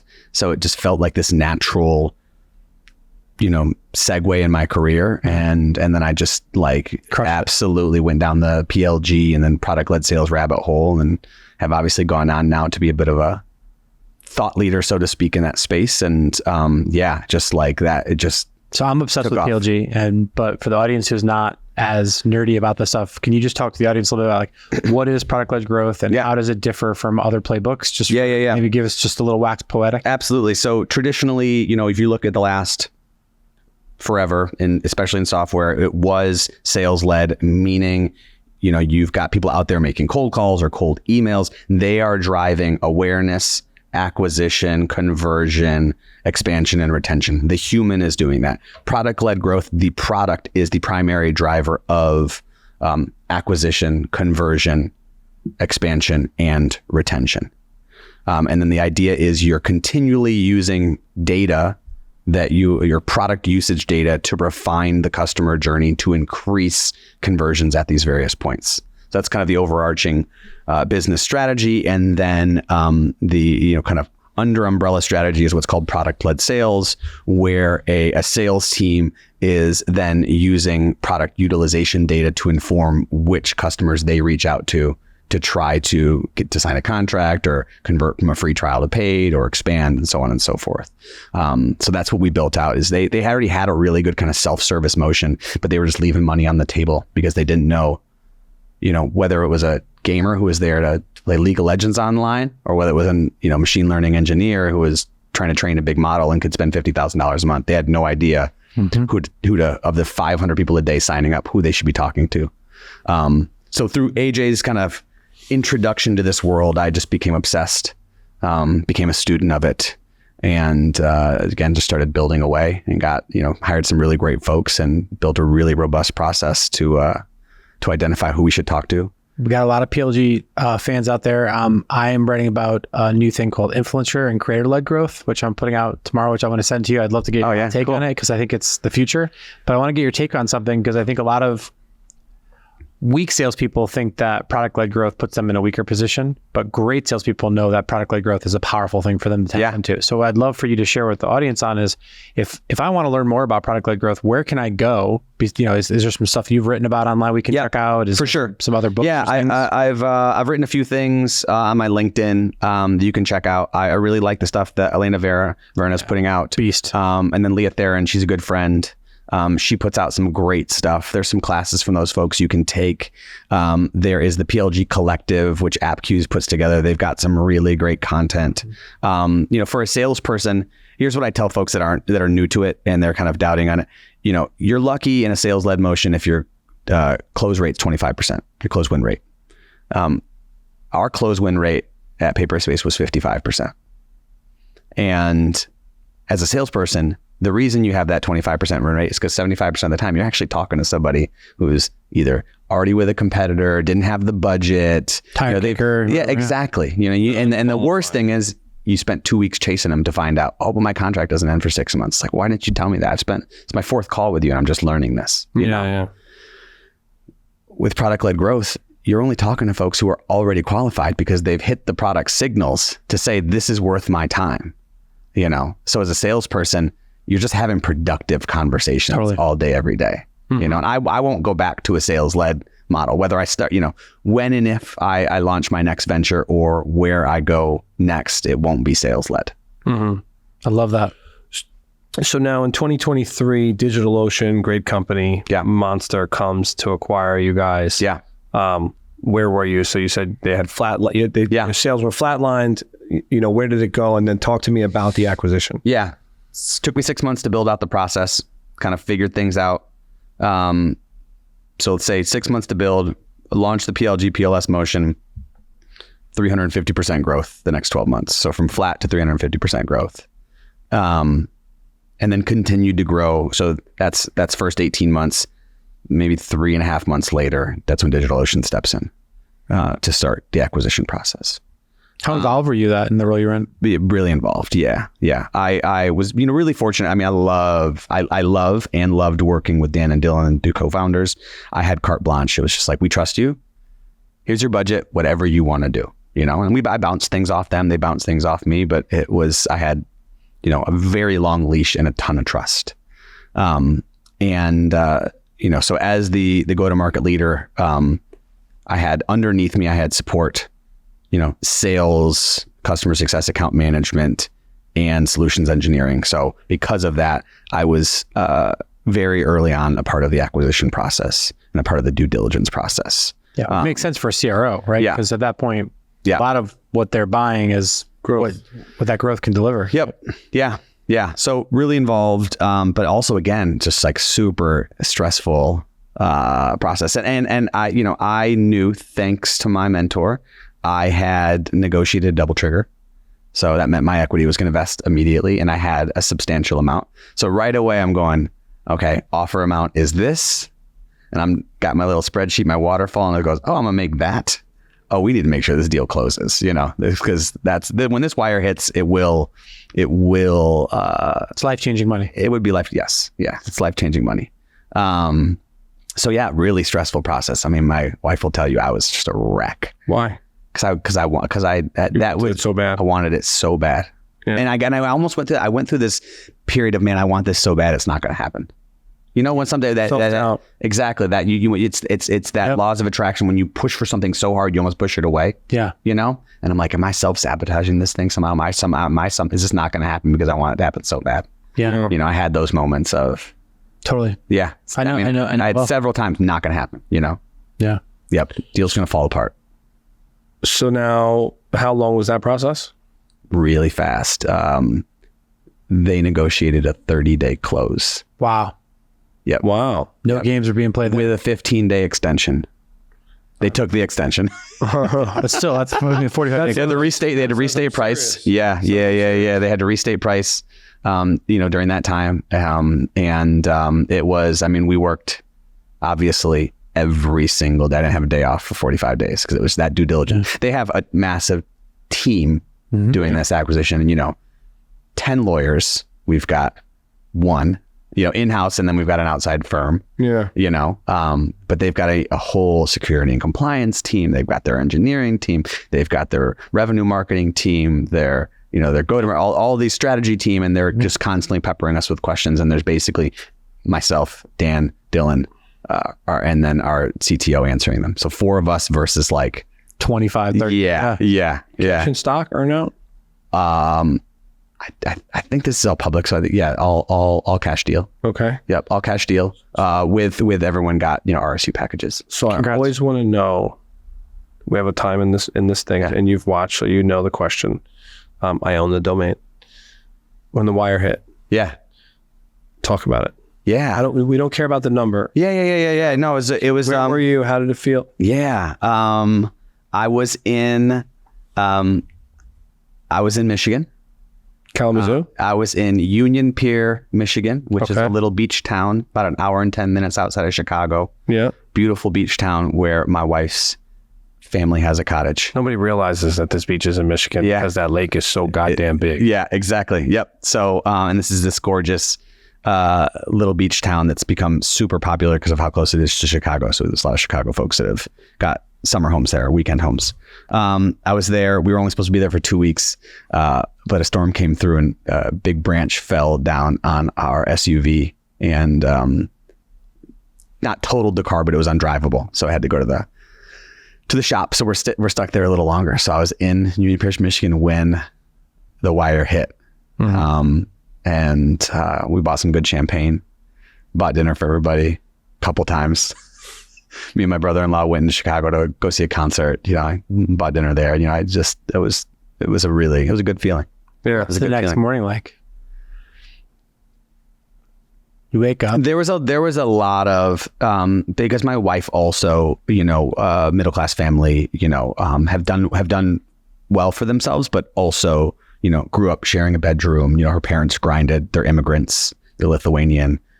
So neither of us come. We're not coming from money. So there was, quite a few times of like, It's emotional. oh yeah, we were like, holy shit, we're good. Yeah. That lasted for a few months. You're like, and we'll pull out the phone and pull up the thing. Like, can you look at those numbers? That was, it was a Special moment. yeah, really special. That's awesome. Yeah, really special. Glad yeah. you experienced that. And then you ultimately are still there today.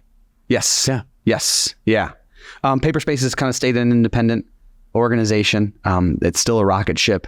You don't typically hop off a rocket ship, especially during a gold rush when you're selling pickaxes. I wouldn't have imagined that I would still be there just because I didn't see myself as a big company guy. you know, and I have no problem saying this being on air. I mean, folks know that I won't be there forever. You know, I'll go either start something or I'll get back. I like building. I like the ground floor, but we're still at a really important time period right now. Yeah. Right. And to be selling pickaxes during a gold rush. Yeah. You know, you don't, you're not hasty about making the decision to leave that. And because it's still its own division and I'm still the revenue leader there. And you know, we're performing well. Yeah. It's a great company. I mean, I don't know a ton about it. Other than the fact that it's been on the rise for many, many years. Yeah. And, you know, DigitalOcean's their player. I mean, that's. So yeah, it's a lot of fun.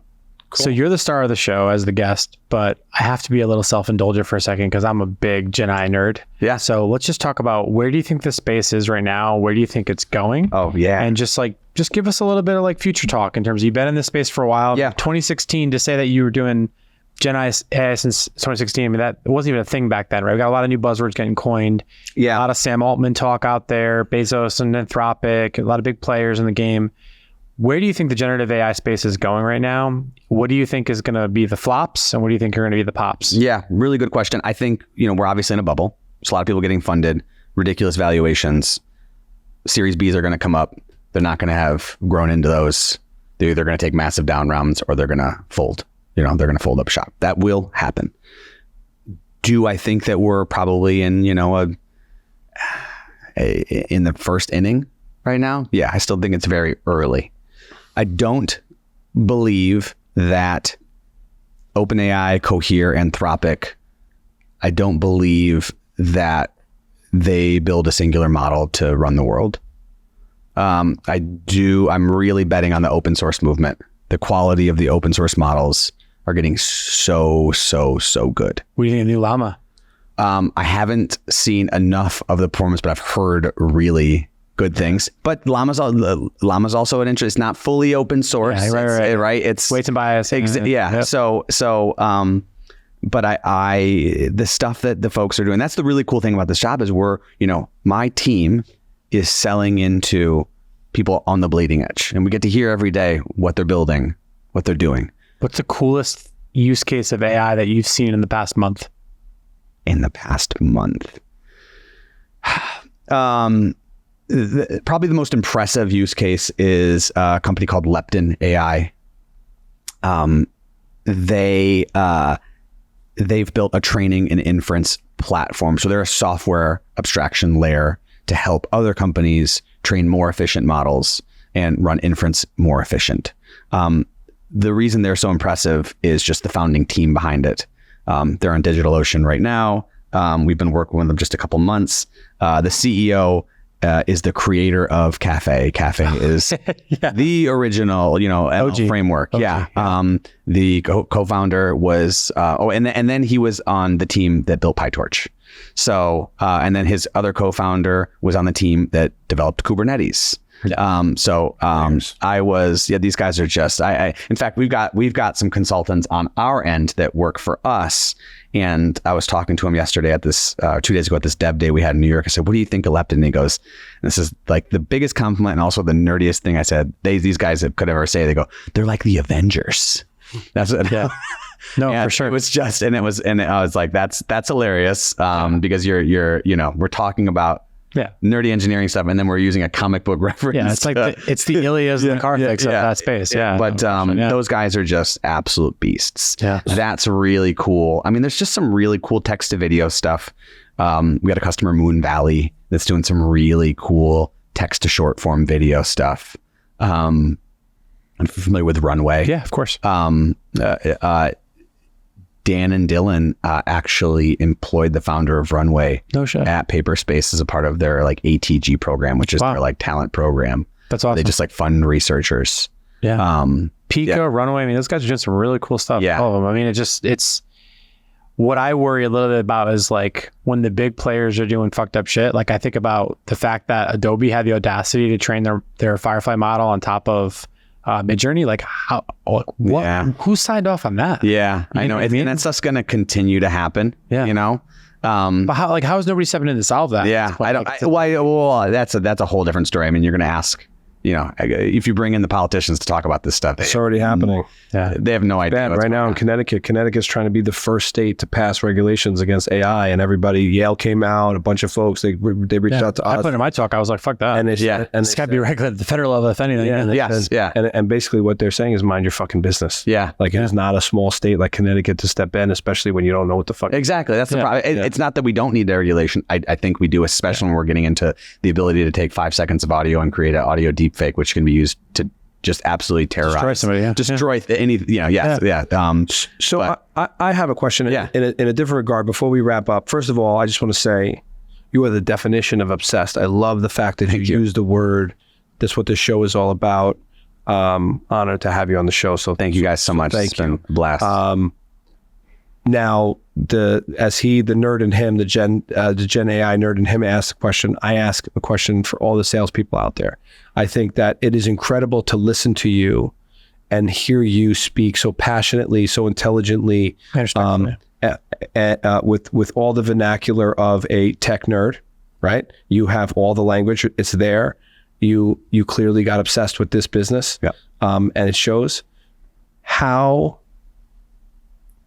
can BD guys, sales guys, wrestlers, right? How do those people take on this career of tech? Because it can be game changing. Like for me, I went from like selling model cars to selling search engine optimization when nobody knew what it was, right? And I did really well for myself and then started my own company. You have taken this into a whole different path. What advice do you give to the sales guys out there, sales guys and gals? Be curious. You have to be curious. The most successful entrepreneurs, salespeople, executives, peers that I've worked with are all curious, and the ones that aren't, I've seen just flop and fail. It's the only way to do this, and I think I've really come to realize that probably in the last 2 years in my career. Especially onboarding so many non-technical folks to sell to a technical buyer and a very technical product. The ones that succeeded were, they were obsessed, they were hardworking, they were focused, but ultimately they were curious. Constantly asking questions. They would hear something on a call and they would go Google it. They'd go look it up. They go ask ChatGPT. Perplexity, hopefully. Yeah.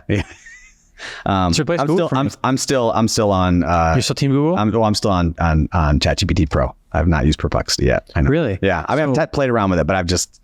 I'm a creature of habit. I'm going to give you shit for that because the thing of course ChatGPT Pro for all the things, but what I love about Perplexity is that you get that real-time internet search. So you get the juice of ChatGPT, but when it comes to searching the internet, like my 2 favorite things, have you checked out Arc Search on the phone? No. I'll show it to you real quick. We'll put it in the show notes, folks, but it's like, it basically builds a web page for you based on your search. It's dope. Oh, cool. Real time. I'll show it to you in a second, but yeah, then check out Perplexity for that because it's like all the things you love about Google, but with the ChatGPT style LLM kind of interface. It's dope. I know. And a bunch of my coworkers use it, but I've still used my co-pilot is ChatGPT. But ultimately, to answer your question, it's just, you got to be curious. You got to constantly be searching. The only way I was able to be successful in this most recent role is nights and weekends. I was out, I was on YouTube and reading articles. Just diving all the time. And I would sit and I would write down terms that I would hear on calls or that the CTO would say. And you can't be afraid to say, what's that mean? I think that the ego thing, right? The ego is not your amigo. So many people are afraid to speak up because they're afraid they're going to look stupid. They're going to look like they don't know something. Back to the right question. But that's how I learned. To the tech guys and asking questions. 2 of my, and I want to give this tip to the audience too, and you don't need it clearly because you already know it, but, or some version of it, but 2 of my most favorite prompts to write that I always encourage people to do is Eli 5, right? So explain like 5, right? From Reddit, like OG is like basically, here's a concept of like, inference modeling, et cetera. Like explain to me like I'm 5. That's number 1, my favorite thing to do. The second thing I love to do, which is the fastest way to learn anything, is by using something called the Feynman method or the Feynman technique based on Richard Feynman, the legendary scientist and teacher, is using Pareto's principle. Give me the 80% of the value with 20% of the information. I want you to summarize this particular topic for me, and you have to do it in no more than 10 bullets. And that's one of my favorite things because you just get this, like, you could just grok this concept that would normally take like 6 weeks in like 15 minutes. So it's literally the exact path I've taken for all of this stuff. I have one little extra layer is I'll ask it, how would you explain this to a grade school? Yeah. And then I go, how would you explain it to a high schooler? So I get the two analogies. So I go one level up. Yeah. So I love AI and I use it frequently. I learn tips just being next to him. I recently started asking it to explain things to me using first principles thinking. Yes. And that breakdown, like I needed to learn a complex federal clause because a legislator was using it against me. Sure. And I was like, I need to learn this as quick as possible. So I called my attorney, who's like the former AG, and he was like, oh, I can meet with you on Tuesday. And I was like, I need it fucking now. Yeah. So I went on there and I was like, explain this clause in the federal government using first principles thinking. And it was like, well, this word and this word, and it just broke it down. Admin's a big first principles thing. Yeah. So cool. So with that, I'm going to call it a wrap. For those of you that want to follow Benjamin Lamson here, who is incredible, how do they find you? On LinkedIn. Yeah. Benjamin Lamson on LinkedIn. I go through phases where I post a lot and then I kind of go dark and then I post a lot. But yeah, that's where the best place to find me. Tips here: be obsessed, be hardworking, be focused, but most importantly is be curious. Be sure to subscribe and follow us on the show. And that's a wrap. Ben, thank you so much. Guys, thank you so much. Awesome. This is really cool. A lot of fun. Great. Yeah. Thank you for listening to Forward Obsessed. Please share this episode, subscribe, and leave a review on your podcast app. If you have feedback or suggestions for our next guest, visit us at forwardobsessed.com. If you want to dive deeper into every interview, subscribe to our Substack at forwardobsessed.substack.com. Also, find us on Instagram or TikTok at forwardobsessed to see all the best moments from every episode. This episode was produced by Robert Roach from District Studios in New Haven, Connecticut. If you would like to learn more about the team that makes this show possible, visit digitalsurgeons.com.